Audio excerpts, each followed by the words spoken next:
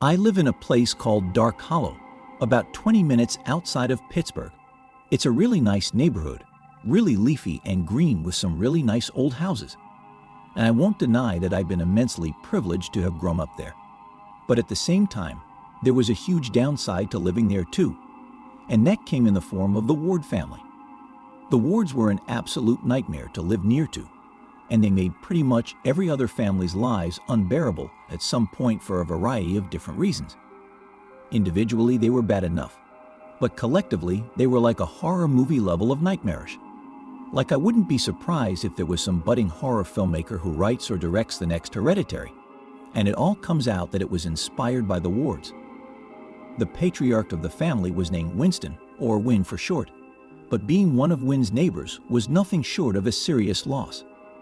Now for reference, I had most of my encounters with Win when I was a teenager, and being a girl, Win always took a certain liking to me that he just didn't show to other people. He was always sickeningly polite with me, the kind of polite that verged on weirdly flirtatious.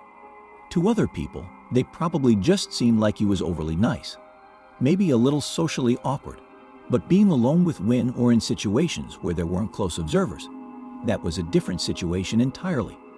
There were a handful of occasions where I caught Win looking at me in a way that made my skin crawl. He had a hunger in his eyes, like this beastly ravenous look, like he wanted to eat me alive. His eyes would glaze over, and his lips would curl up ever so slightly in this horrifically perverted way that always made me feel stupidly uncomfortable. There was one time when I bumped into him in a convenience store near to downtown Pittsburgh. After he said hi and made a little small talk, he seemed to follow me around the store for a little while. He acted all innocent, making out like he was just browsing stuff in the aisles, but at some point, he got way too close to me. I think I was just too nervous to actually do anything about it. I didn't want to make a scene or cause any unnecessary conflict. After all, what would I tell people? Mr. Ward stood near me in a store. Anyways, when he was standing close to me, I heard him sniffing the air, like taking these big inhalations of breath through his nose, almost like he was trying to smell me. I couldn't walk away fast enough, and in the end, I left the store without even picking up what I went in there to buy. Like I said, he was overly nice to girls and women, but an absolute monster to any boys or men who happened to catch him in the wrong mood. He once ran out of the house with a baseball bat when my big brother used their driveway to turn around once. The way he told it, if he hadn't driven away as fast as he could, Mr. Ward probably would have done some damage to his car. Then there was his wife, Maggie. Maggie always wore way too much makeup. I mean, so much it looked really jarring, and she plucked her eyebrows really, really thin.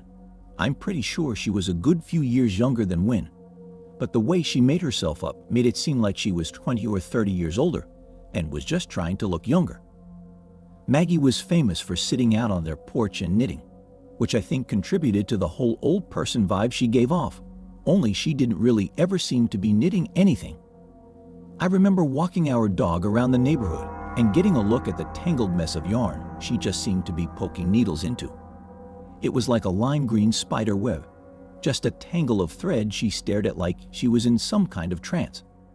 She also had this talent for turning super happy sounding innocent nursery rhymes into the creepiest sounding things, singing them all slow and deliberate in a sing-song voice that sounded like a combination of a creaking door and nails on a chalkboard. I remember one time when we got some of their mail delivered to our house by mistake, and my mom made me go over to drop it off. Mrs. Ward was sitting on their porch, poking these dirty-looking knitting needles into a tangle of yarn and singing, "Ring around the rosy, a pocket full of posies, ashes, ashes, we all fall down." When she looked up to see me standing there with the mail in my hand, she acted all scared, which was nuts because I think I was way more freaked out to be over there. But she thanked me for bringing the mail over anyway. Yet before I turned to leave, she asked me if I knew what nursery rhyme she was singing. I nodded, and she asked if I knew what the origins were. I said no, and she went on to explain to me that the song had its roots in some old plague that had swept across England. I think she meant the Black Death, but I can't be certain. She said the ring around the rosy part was a reference to a rash that was a symptom of the disease, and a posy was a collection of herbs that was carried to amass the scent of rot that the dying people were said to have given off. Then she tells me that the all fall down part was a reference to people dying from the plague. I don't know how true any of that is, but Jesus, it freaked me out to have her tell me that in her weird scratchy voice with her face all painted up like some circus clown. Their younger son, Jacob Ward, was a total freak. He was obsessed with Native American culture, which I'm not saying is a bad thing at all, but Jacob was totally toxic about it. It was rare that you'd see that kid and he didn't have his face painted or had this grim homemade headdress on or whatever. He also liked to run around with a bow and arrow that his parents insisted was totally harmless and use those cartoony sucker tip arrows. But there are a lot of people, myself included, that swear that they'd seen him using actual sharp tip arrows on a handful of occasions. He'd aim them at you, pull the drawstring back to the point that you'd actually run for cover. But he never seemed to fire any, and you could never catch him using them whenever there were any grown-ups around. They actually got a social worker called over at some point because a few people had seen Jacob walking around with dead squirrels or pigeons. I'm not sure if he'd shoot them himself with his bow and arrow, or they were just roadkill or something, but it was alarmingly enough to enough people that they actually had a visit from someone. Although whether or not that actually came to anything, I don't know. Then finally, their older son was this kid named Johnny. Johnny was the kind of kid that growled at people in high school when they got too close to him, and before he got expelled for fighting, did something seriously messed up. Apparently, he asked this girl to go out on a date. Some super pretty but super nerdy girl who happened to be his lab partner.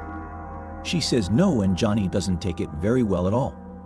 He made things difficult for her during chemistry by not talking or looking at her, and eventually she had to basically beg the teacher to switch partners so she could even get a passing grade. Not long after, she was driving back from school in her seemingly empty car when she looks in the rearview mirror to see Johnny just sitting in her back seat, grinning at her.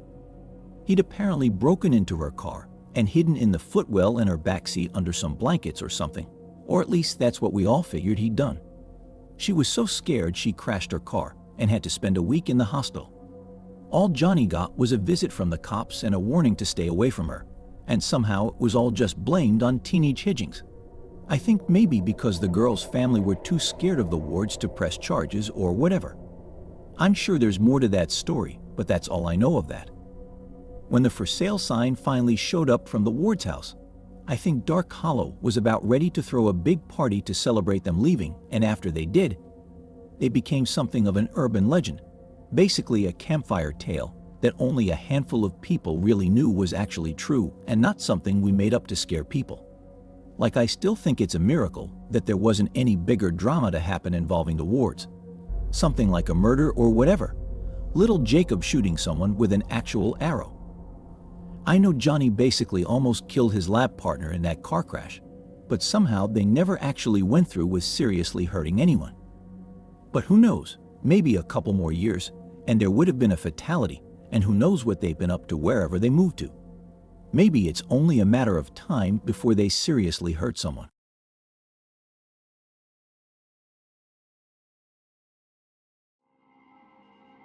Back in the spring of 1999, I was living in a loft apartment in Boulder, Colorado. The ceiling above my kitchen table leaked whenever it rained, and the window unit air conditioner was louder than a freight train. But otherwise, it was acceptable and cozy, with a great view of the Rocky Mountains. At the time, I was writing articles for a paper, and after I had finished working my shift at the hardware store, I would spend about 3 hours writing and editing my column before bed. Normally, I would get to sleep by 1 or 2 in the morning. Directly across the hall from me was a second loft apartment, which had been empty for a few years, before a middle-aged woman and her cats eventually moved in. They were the only 2 apartments on the second floor of the building, but our doors didn't have numbers or indicators, such as apartment A or B, to distinguish the 2 separate residencies. I had a P.O. box, and I never received any mail at home anyway, so it didn't really bother me, but it did cause some confusion that I believe nearly resulted in my death. One evening, I was typing away on my computer while listening to soft, classical music on the radio. When I got up to refill my glass of wine, I walked past my front door, and completely on a random impulse, I decided to look out the peephole. I don't know what I expected to see. It was just after 1 in the morning after all, but sometimes you just need that peace of mind, which is exactly what I didn't get. Standing outside my neighbor's door, directly across from me, was a short, heavy-set, bald man with gloves on his hands, but no shoes on. I remember spotting his gray socks against the dark wooden color of the floorboards. He wore a dark green windbreaker and jeans, and appeared to be testing the knob of my neighbor's door. I remember the sensation of my heart skipping a beat. I had no idea who this man was. I had never seen him before in the building, but it was his actions more than his appearance that made me uneasy. It was clear that he was trying to be very quiet. He had no key, but was cautiously turning the knob back and forth to see if it was unlocked. I stared at him suspiciously for perhaps 30 to 40 seconds, concentrating very hard on keeping quiet, aware that if he got the door open, I may have to run and find my phone to call 911. After another few moments, he released her knob and bent down to open a gym bag by his feet that I had noticed before. I caught a side view of his face, and he looked older than I had initially expected. Suddenly noticing his face made me nervous for some reason, and I began to feel my palms starting to sweat. Realizing I still had my wine glass in my hand, I took a careful step away from the door and set my glass down on the table. I returned to the door, both hands carefully pressed against the wood, as if making to reinforce it. I peered out through the peephole again, my blood froze. The man was looking directly at my door, standing completely still, a look of suspicion in his dark eyes, and a crowbar clutched in his left hand. My heart began pounding so loud in my ears, I was convinced that the stranger could probably hear it. The kind of peephole the door had didn't really work only one way, like most of them do nowadays.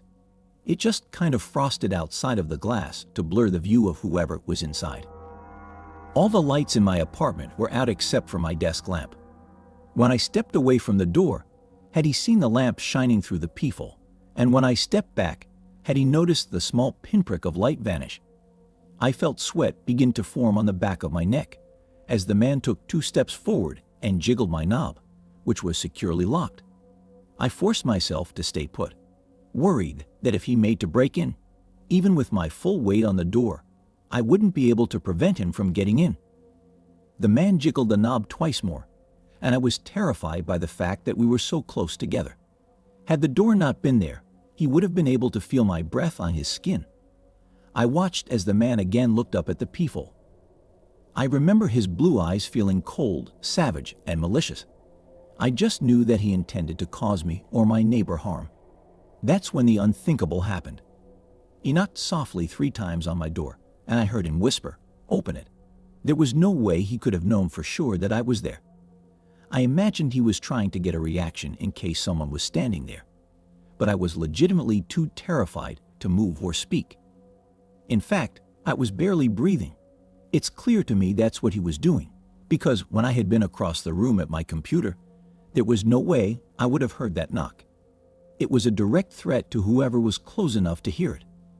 The man stood there for maybe another 10 seconds. Then he grabbed his bag and headed down the stairs, barely making any noise on the wood, thanks to him not having shoes on. I remember being too afraid to turn my back on the door, terrified that he was bluffing and that he would come back upstairs at any moment. I made myself count to 20, and then I took a deep breath, walked across the room to my desk, and picked up my Nokia cell phone and called the police. Whispering the entire time, I informed the operator that there was a suspicious man right outside my apartment door, but I had barely spoken for a full minute when she informed me that a squad car was already en route to that address. I happened to glance out the window, and I noticed the bald man was standing on the sidewalk beneath me. When he saw me peeking, he waved a hand up at me and then disappeared across the street into an alleyway. I nearly choked on my breath and told the operator exactly where the man had gone. When the police arrived an agonizing, slow few minutes later, they searched the alleyway before coming up to interview me and my neighbor. She had called the police a few minutes before I had, because she had seen the shadows of feet coming from under her door in her dark apartment, thanks to the light in the hallway. She revealed that she was in the witness protection program, and before the morning came, she and her cats were taken away by two men in FBI jackets, and I never saw her again. I went to the station the following day and provided a description of the man to a sketch artist. To this day, I am not positive this stranger was specifically looking for my neighbor, but if I had to guess, I would say it wasn't just a burglar looking to rob us. My theory was that, because there were no numbers on the doors, he wasn't sure which apartment was hers, and therefore tested both. When he wasn't sure which apartment to break into, he decided to play it safe and leave.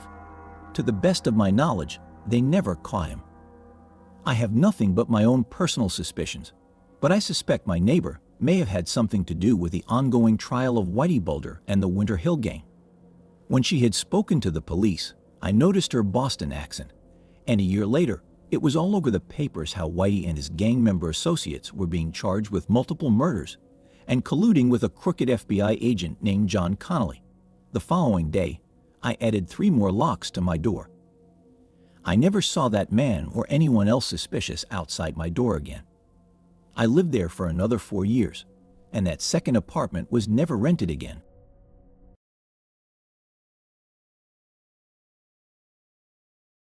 I attended most of my schooling in a small town in southern Oklahoma. In a place with such a small population, you get to know everybody pretty fast. When you're a kid, this can be a big headache. You can't make a single mistake without everyone around knowing about it, including your folks. To this day, I can still tell you the name of the girl that ate paste in kindergarten and the boy who peed his pants in 3rd grade. It's not a way I'd like my kids to grow up. Nonetheless, even in a place so small, there was one kid who managed to live a second, invisible life right under the noses of the citizens. For the sake of the story, I'll call him Elliot. He was the last person you'd expect of having a secret life. His family had run the largest business in the county for 100 years. If I recall correctly, he even had 2 uncles who had served in the state legislature. He had been raised to be a successful person, and on the surface, nothing about him gave you the impression that he was anything else. All the teachers loved him, his grades were always better than everyone else's, and he never hesitated to make himself the center of attention. Even with every eye in the area on him, he had one habit no one had any clue about. Elliot liked to watch. This clean-cut, unassuming young man was a peeper. A peeping Tom. A voyeur, if you will. Of course, nobody knew this, or admitted to it at least. This would all change on the night of homecoming.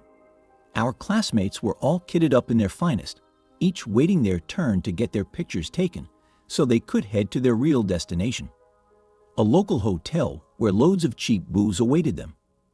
Normally, Elliot would be one of the few actually attending the dance with his girlfriend. Instead, while the rest of the town had their minds on the celebration, he was creeping through his quiet neighborhood in search of something to see. Just before 11, he came upon the open window of a 10-year-old girl. He later told the police that, on a prior expedition, he had noticed the girl's open curtains. Upon getting closer, he watched as she removed her clothes for bed, and despite knowing it was wrong, he realized for the first time that he was attracted to very young girls. He claimed he was disgusted by this and cut his nighttime journey short. As time passed, however, the urge to return overtook him. Because of all the people on the streets that night, he wasn't able to return early enough to relive the previous adventure in his mind. When he arrived and saw the open window, a little voice told him to go inside. The house is dark. Everyone's already in bed, so no one would see you. Besides, you just want to watch her sleep, that's all. Unfortunately, Elliot listened to this voice. Entering as silently as possible, he walked across the room toward the corner. He was just inches away when he stepped on a squeaky dog toy, apparently. The high-pitched noise echoed through the room. He froze and prayed the girl wouldn't be awakened. God was not with him that night at all. She shot up in bed as if she had been awaiting such a moment. Things just got worse from there. She turned on her bedside light and Elliot was fully illuminated. The terrified girl began screaming, and Elliot knew he only had a few seconds to flee. He turned and ran for the window. He was mere feet away from where a strong hand grabbed him by the collar and yanked him back in. He'd barely hit the floor before a hail of powerful kicks and punches rained down upon him. The most he could do was curl up and take the abuse. A moment later, the violence stopped and he peeked out from his arm. Looking down on him was who he'd assumed to be the girl's father. The man's face terrified him. He'd never seen such anger until then. The police arrived quickly, and within minutes, they had Elliot in cuffs. It wasn't long before the whole town knew. Although he hadn't done more than trespass into a house at night, the district attorney tried to charge him with every crime possible. Even with all the money and influence of his family behind him, there was no way he was getting off scot-free. He had foolishly spoken to the cops. They had his words to use against him. His lawyer was able to get the DA to drop most of the charges in exchange for a plea. Ultimately, he served 13 months in jail with an additional 5 years probation tacked on. The length of the sentence meant nothing. His life in town was over. After he was released, he became a prisoner in his own home. He didn't dare leave. A day didn't go by without some death threat or other harassment on his phone. To the relief of everybody, the day his probation ended, he quietly slipped out of town in the middle of the night, never to be seen again.